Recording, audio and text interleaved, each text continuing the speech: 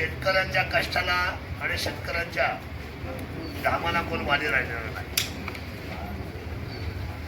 आपल्यामधूनच आम्ही लोकप्रतिनिधी झालो आणि विधानसभेमध्ये आम्ही बसत आलेलो आहे. ही माझी दुसरी टर्म आहे आणि सर्वसामान्य जनता मला का स्वीकारते तर त्याच्या पाठीमागं कारण असं आहे की मला त्या सद्भावना तुमच्या व्यथा कळतात आणि त्या व्यथा समजून घेण्यामध्ये मी सातत्याने अग्रेसर राहिलेलो आहे. आजही मी सरकारमध्ये जरी बसला असतो तरी माझा सरकारला इशारा आहे की 100% जे आपण केलेलं आहे हा भेदभाव झाला आहे. महाराष्ट्रामध्ये नाशिकमध्ये सर्व काय का मग आम्ही काय चुकले, आमचं काय आम्ही काय पाप केलं. माझे आदरणीय मुख्यमंत्र्यांना आणि सरकारला विनंती आहे की हा भेदभाव बंद करून महाराष्ट्राच्या सर्व शेतकऱ्यांना एका तराजूमध्ये न्याय द्यावा अशी माझी भावना स्पष्ट आहे. दुसरी महत्वाची गोष्ट अशी आहे की कुठल्याही खात्याचे मंत्री आणि त्यांचं असलेलं प्रशासन, माझं असं मत आहे की कुठल्याही विषयाचं त्या प्रशासनाला काय कळतंय का हा मोठा आमच्या समोर मोठा प्रश्नचिन्ह आहे. मग कृषी खात्याचे मंत्री आणि मग त्याचं प्रशासन, वनन खाता आणि त्याचं प्रशासन, मला असं वाटतं का विरोधाभास आहे. एसी मध्ये बसलेला इन करून बसलेला माणूस इन करू नये असं आमचं म्हणणं आहे. पण तुझ्या बुद्धीला काय चालणार, तुझ्या बुद्धीमध्ये काय प्रकार, शेती कशाला म्हणतात, शेतीला बी आणण्यापासून हा शेतकऱ्याला काय कशा पद्धतीने काम करावं लागतं. जो मरता हो क्या नाही करता, मजूर शोधायचा मिळत नाही, त्याच्या हातापाया जोडायच्या. लाईट मिळत नाही, लाईटीच्या एबीसीबीच्या ऑफिसात जायचं, त्या वायरमॅनला मस्का लावायचा, त्याला बाबा म्हणायचं, त्याला साहेब म्हणायचं. कुणाला? वायरमॅन. कोण म्हणतो? माझा शेतकरी. जो याला आपण राजा म्हणतो, राजा भिकारी झाला. आणि प्रशासनाच्या अधिकाऱ्यांना मला मोठा प्रश्न पडले. मी आमदार झालो, मला कधीतरी प्रश्न पडले आमदार का झालो, कसं झालो, काय चाललंय, केवढी लोकशाहीची थट्टा आहे. जो तो नुसता आपला येतो, कपडे घालतो व्हाईट भाजीची आणि नुसता म्हणतो की मी खासदार आहे, मी आमदार आहे, मी मंत्री आहे. परंतु व्यथा तशाच आहे. हा कृषीमध्ये सगळ्यात अग्रेसर असलेला महाराष्ट्र, या महाराष्ट्रामध्ये मग तुम्ही सांगा ना, कृषी खात्याने विभाग पाडून घ्या. कांदा तुम्हाला किती अपेक्षित आहे, किती पिकवला पाहिजे आम्हाला सांगा ना. तुम्ही कांदा एवढा पिकवा, तुम्ही द्राक्ष एवढे पिकवा, तुम्ही टोमॅटो एवढे पिकवा, तुम्ही सोयाबीन एवढं पिकवा. आणि तुम्ही आम्हाला काजू बदाम सारखे भाव द्या ना, नको द्यायला का? बघा नाशवंत माल आहे. तो गरजवंत आहे, तो काय म्हणतो साहेब काय घ्यायचं तो भाव घ्या, पण आम्हाला आज रोकड पैसे द्या. अहो परवा दिवशी माझ्या मुलीचा गंध आहे, मुलीचं बाळक पण आहे, माझ्या बाळाचं शिक्षण करायचं, मला पैसे भरायचे. त्यामुळे शेतकऱ्यामध्ये एकजूट आहे. पण कुठल्या भागात जिथे बच्चू कडू नेतृत्व करतात ना देवताची, त्याने एक आवाज दिला का 5000 लोक उभे राहतात. कारण का त्यांचा हातावर पोट आहे आणि आपलं पोटावर राहते.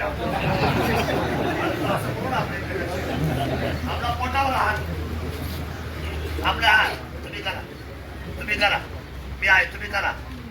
अरे आशाने आपली चौल चालली ना, आशाने आपल्यावर आपला कोणी म्हणजे हलक्यात घेतात आपल्याला.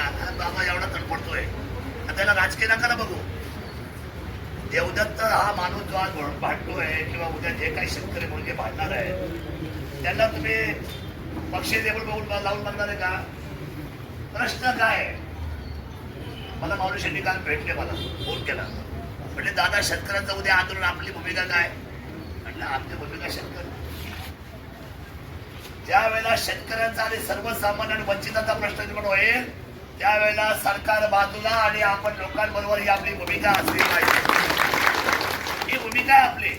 आपण इथून जन्माला आलो या मातीतून, कष्टकऱ्यांबरोबर, रामणाऱ्यांबरोबर आपल्या पिढ्या गेल्या आणि मग तिथे 5000 लोक जमतात आणि त्या 5000कडे बघून सरकार घाबरतं आणि डायरेक्ट माणूस विधान परिषदेची शपथ घेतो.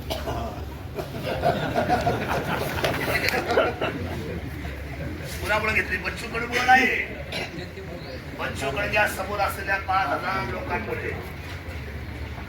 आपल्याला कोणी घाबरतच नाही. बरं, आपले जे पुढे पुढे आता काही लोक थोडीफार तोडफोड करतात, ते सकाळी आंदोलन केलं का संध्याकाळी सेटलमेंट करून मोकळे होतात. आपल्या गडबडी कमी होणार आहे की नाही? पारदर्शक चेहरा आपला, विश्वासाचा चेहरा आपल्या सर्वांचा आणि एकमेकांची ताकद. बघा, 2 गोष्टी फार आपल्या अडचणीच्या आहेत. एक म्हणजे शेतकऱ्यांना जेव्हा आपण आवाज देऊ ना, दुधाचं आंदोलन असू द्या, कांद्याचं आंदोलन असू द्या, त्यावेळेला सोयाबीनचं आंदोलन असू द्या, मला सांगा, आपण जर शेतकरी आपल्या शेतीशिवाय पर्याय नाही तर आपण सगळे जमलं पाहिजे होतो. इथं गंमत काय, शरद पवार साहेब यायचे म्हटलं ना का 10 पट लोक, एकनाथ शिंदे साहेब यायचं म्हटलं का 10 पट लोक, दुधाचं आंदोलन करायचं म्हटलं तर काय परिस्थिती. आम्हाला काम आहे. म्हणजे राजकारणामध्ये आपल्याला किती आवड आहे, प्रश्नावर आपली आवड का निर्माण होत नाही? माझी हात जोडून विनंती माझ्या तमाम शेतकरी बंधू वगैरेंना, जेवढे आपण एकजूट करू ना, त्यांनी आव्हान केलं ना, मी आधी त्याच्यावर बोलतो आणि मग मी विषयावर बोलतो. कांद्याचे या आव्हानाला तुम्ही अतिशय जबाबदारीने बघा. घराघराला आवाज द्या, सगळ्यांना बाहेर काढा. 2 तारखेचा रस्ता रोको जर संपूर्ण महाराष्ट्राला कळलं ना, राज्याच्या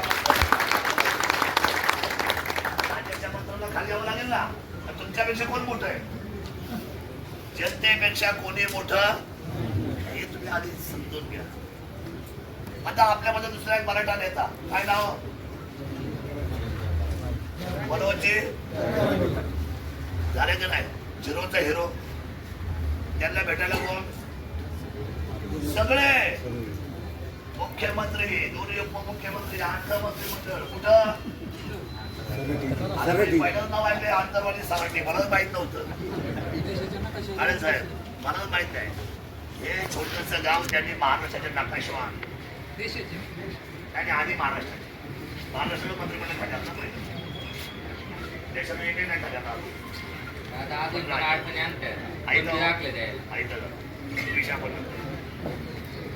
मला सांगायचं हे आहे की जर समजा मनोज जरांगे पाटलांना जर सर्वसामान्य माणसाची ताकद दिली, लाखोची नाही करोडोची जनता त्यांच्या मागे उभी राहिली महाराष्ट्रात, आणि सरकारला दखल घ्यावी लागली. शेतकरी हा असा पक्ष आहे, शेतकरी म्हणता का, जो आपल्या रक्तामध्ये आहे. शेतकरी आणि शेती हे आपल्या रक्तात आहे. आणि इथून पुढे आपल्याला जर समजा वाटलं असेल, बघा हे जे काही अधिकारी बसलेत ना, हेच प्रिंट करतात मंत्र्यांना अर्धा तास, आणि ते प्रिंट चुकीची करतात, असं माझं मत आहे. असं माझं मत. त्यांना माहित नाही की 3 दिवस फाटकी पॅन्ट, 3 दिवस घामाचा असलेलं शर्ट, घामाची बनियान घालणारा आमचा शेतकरी रोज चिंतेत आहे. कामाच्या चिंतेत कांदा चांगला पिकला पाहिजे, टोमॅटोचं उत्पन्न चांगलं व्हायला पाहिजे. अक्षरशः पोटाला चिमटा 2 काम करणारा शेतकरी अजूनपर्यंत आमच्या प्रशासनाच्या लक्षात येत नाही. त्यामुळे माझी विनंती आहे, जर आपण शेतकऱ्याच्या पोटचे असाल तर 2 तारखेला महाराष्ट्रात दखल घेईल अशा पद्धतीचा काय झाले, मोठे बंगले, गाड्या, घोड्या, याच्यामुळे आपण चक्रावले सगळे.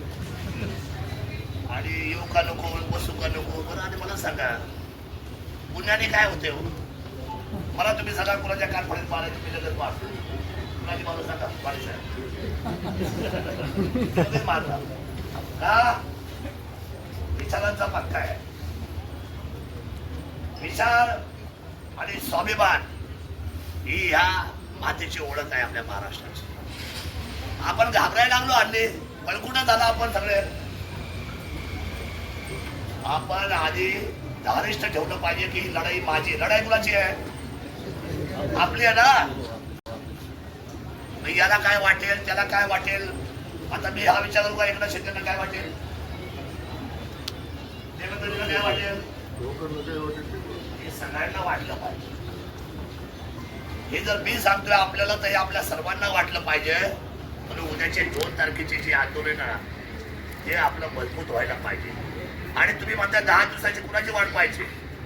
भेदभाव झालाच ना.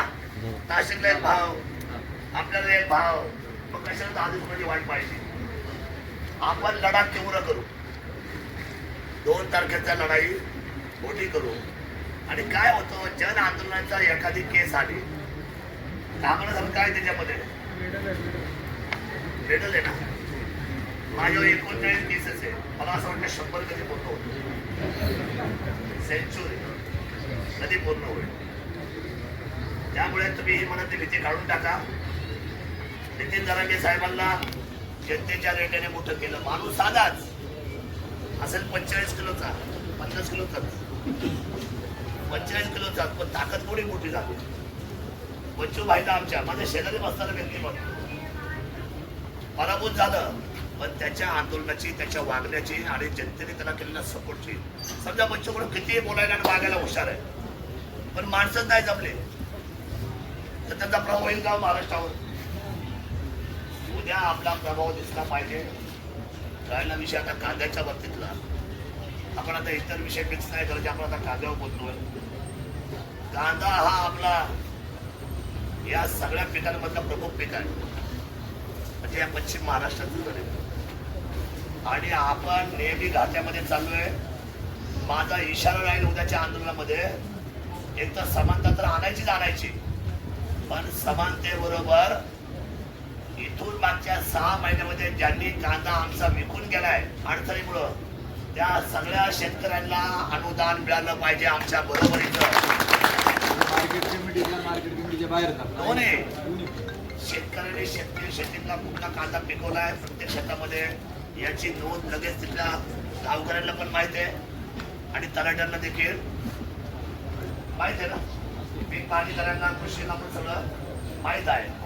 आणि आपण सुद्धा प्रामाणिकपणा दाखवायचा. ज्यांनी कांदा पिकवलाय त्यांनी कांदा पिकवला म्हणायचं. त्यांनी त्याचा पुसाला असं त्यांनी कांदा पिकावा. एकदा आपल्या तिजोरी फाटकी.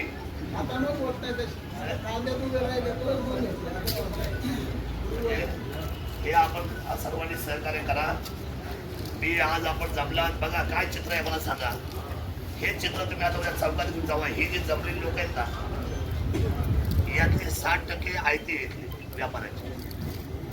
म्हणजे माझ्या मनाने प्रश्न विचारतो आल्या म्हणजे एक शेतकरी या नावाखाली ज्या चांगल्या प्रामाणिक मताने आपण बाहेर पडायचा निर्णय केला आहे, म्हणजे तसं जमलेल्या गर्दीमध्ये लोकांचा आदर प्रतिसाद यायला लागेल ही वस्तू आम्ही मान्य करतो. मला आहे ना खरं मान्य करण्याची सवय लागलेली आहे. पण हे जे चित्र आहे ते उद्याच्या 2 तारखेला आपण बदललं पाहिजे. गावागावामध्ये आपण जी लोक राहतो त्यांनी एक सर्क्युलर तयार करून प्रत्येक ग्रामपंचायतीला पाठवू, शेतकऱ्यांना पाठवू. आपापल्या गावात निरोप द्यायला सुरुवात करा. आणि उद्याचं आंदोलन होल्डिंग लावली पाहिजे. आपण सर्वांनी शेतकरी बरोबर शेतकऱ्यांच्या हितासाठी आपण हा लढा लढू.